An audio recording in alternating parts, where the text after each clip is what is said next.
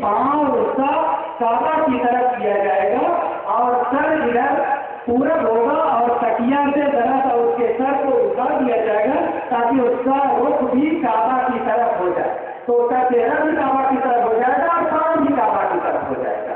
ये मसला उलमाए किराम में लिखा हुआ है कि जो आदमी चित लेट करके नमाज पढ़ता हो वो इस तरह नमाज पढ़ेगा। तो अगर काबा की तरफ पांव करके नमाज आप पढ़ सकते हैं तो सो क्यों नहीं सकते? दूसरी बात ये कि आपने देखा होगा कि काबा पर गिलास चढ़ाया जाता है, काबा की सफाई की जाती है, तो आप देखेंगे कि हर साल गिलास चढ़ाने के लिए 25-30 आदमी काबा की छत पर चढ़ते हैं और गिलास को ऊपर खींचते हैं और दूसरे गिलास को खींच करके नीचे गिराते हैं और इस तरीके से नया गिलास चढ़ा दिया जाता है, पुराना गिलास उसके नीचे से नीचे गिरा दिया जाता है। अगर काबा की तरफ पांव करके सोना जाए नहीं तो काबा की छत पर चढ़ना कैसे जाएगा? और ये हर साल किया जाता है जब सफाई की जाती है, तब भी जब गिलास चढ़ाना और बदलना होता है तब भी। और किताब व सुन्नत में कहीं इसका जिक्र नहीं, काबा की तरफ पेशाब पाखाना करना मना है, उधर मुंह करके पीट करके कोई पेशाब पाखाना न करे। इसी तरह नबी सल्लल्लाहु अलैहि वसल्लम ने मस्जिद में कोई आदमी हो तो किबला रुख वो थूके हैं, क्योंकि जब किबला रुख बाद लोगों ने थूका और मस्जिद नबी की दीवार पर थूक के निशानात पड़े तो आपने उससे मना फरमाया। लेकिन उसके अलावा पाँव वगैरह करना या उधर पाँव करके सोना हमारे दीन में इसकी मुमानत साबित नहीं है।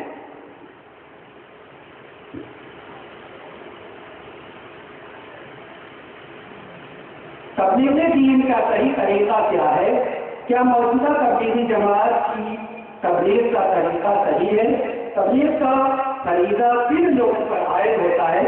नीर क्या मुरव्वजा गश्त रसूल अकरम सल्लल्लाहु अलैहि वसल्लम के ज़माने में मौजूद था और अज़ान के बाद नमाज के लिए गश्त करना और लोगों को मस्जिद में ज़बरदस्ती ले जाना सही है? तबलीगी जमात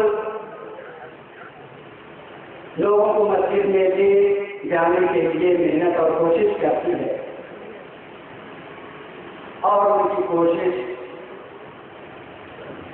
से काफी लोगों को फायदा हुआ, बहुत से लोग नमाजी हो गए।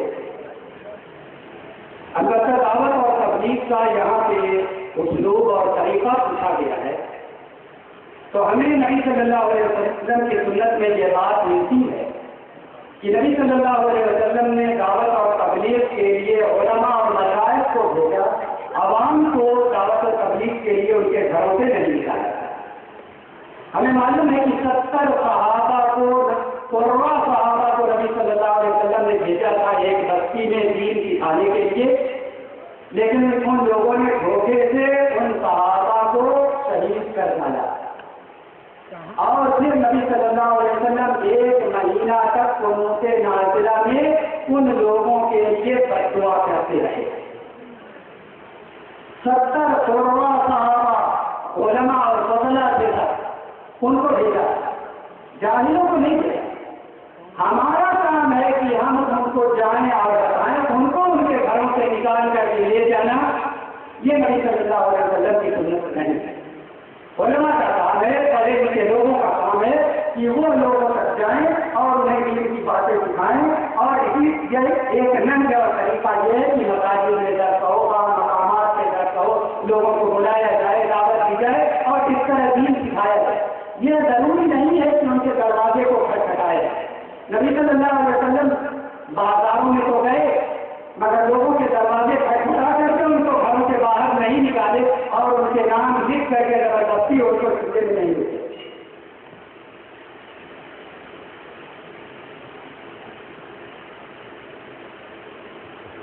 क्या अक्सर नमाज न पढ़ने वाला दीन के खारिज में? अगर ऐसा है तो उसकी नमाज जनाजा पढ़ी जा सकती है नहीं और मुसलमानों के कब्रिस्तान में उसे दफन किया जा सकता है।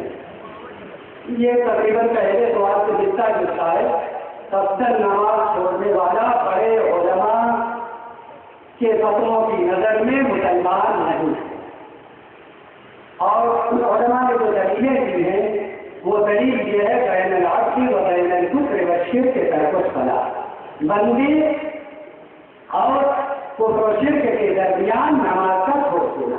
جب آدمی نماز چھوڑ دیتا ہے تو اس کے اندر کفر اور شرک آ جاتا ہے۔ دوسری دلیل العہد الذی بیننا وبین الصلاۃ فمن ترکها فقد کفر، ہمارے اور کفار و مشرکین کے درمیان جو عہد ہے وہ نماز کا عہد ہے۔ ہم لوگ نماز پڑھتے ہیں، وہ سب نماز نہیں پڑھتے، تو جس نے نماز چھوڑ دی اس نے کفر کیا۔ تو شیخ ابن عثیمین اور بڑے علماء کا فتویٰ یہی ہے کہ جان بوجھ کر کے نماز چھوڑنے والا اسلام سے کافر ہے، اس کو سچی توبہ کرنا چاہیے، کلمہ پڑھنا چاہیے اور پھر سے نماز جاری رکھنی چاہیے۔